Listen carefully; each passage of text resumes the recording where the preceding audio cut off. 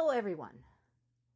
I can't remember who it was, but it was one of the Russian politicians who probably will end up out of favor sometime very soon, said that invading Ukraine would be madness because it would signal the start of the largest guerrilla movement in history. And this may be a precursor thereof. So this is just one guy. This pilot was one of the ones who participated in strikes against Ukraine. And he was back at home in Russia and he got shot. He did survive. But this is not the only example of how things just keep happening to these people. Of course, you remember, the woman who just got sentenced to 28 years in prison because she participated in an assassination against a Russian war blogger. But what you don't see is a huge underground network that is currently functioning in the occupied areas of Ukraine. Based on my conversations with my parents, in my native Zaporizhia region, in the occupied parts, the acts of sabotage and attempted and successful assassinations have become so common that they don't even get reported anymore. At this point, basically any Russian military or civilian official in those areas cannot safely go to the store, cannot safely buy food, cannot safely go to the doctor, cannot safely be at home, cannot safely drive a car.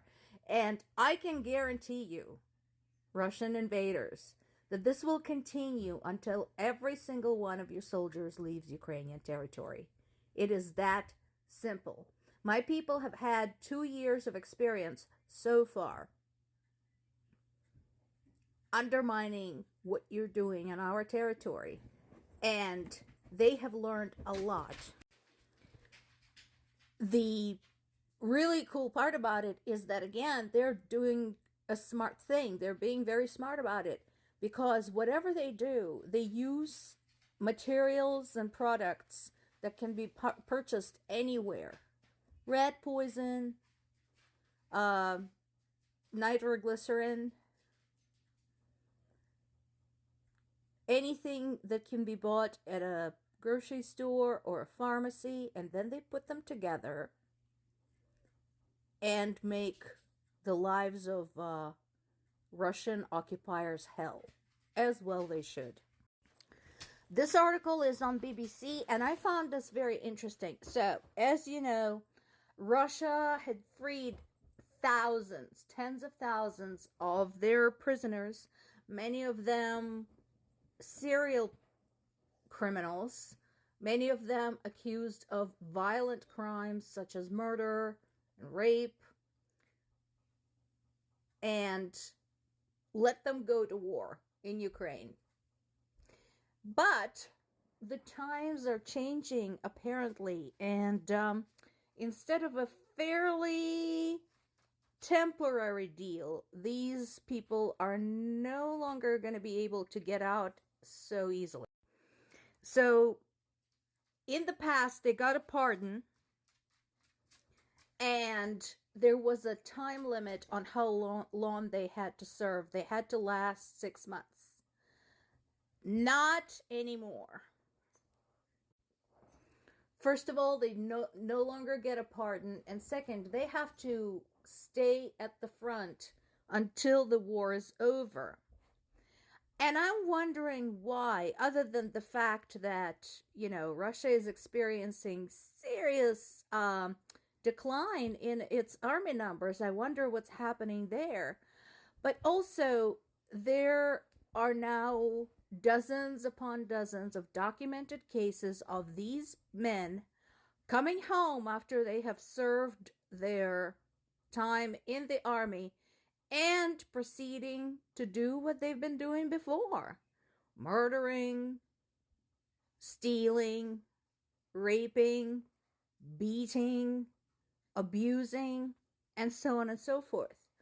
Maybe people are getting tired of that. I'm not sure. Or maybe it's just to, keep the ranks full. In any case, presently, the life for the prisoners is not going to be quite as easy as it was.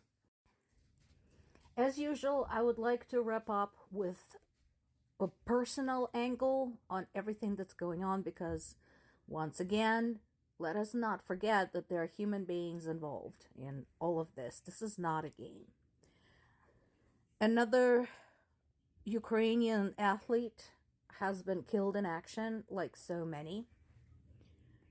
This particular gentleman was a power lifter, Alexander Bilakon, and this adds to a long list of hundreds. I think we're up to 400 Ukrainian Olympic athletes who have been killed fighting for their country. This is also your reminder that Russian athletes so far are being allowed to participate in the Paris Olympics this year under a neutral flag, because that makes it okay. And I also wanted to share these wonderful photos from Kyiv as life continues and people refuse to surrender.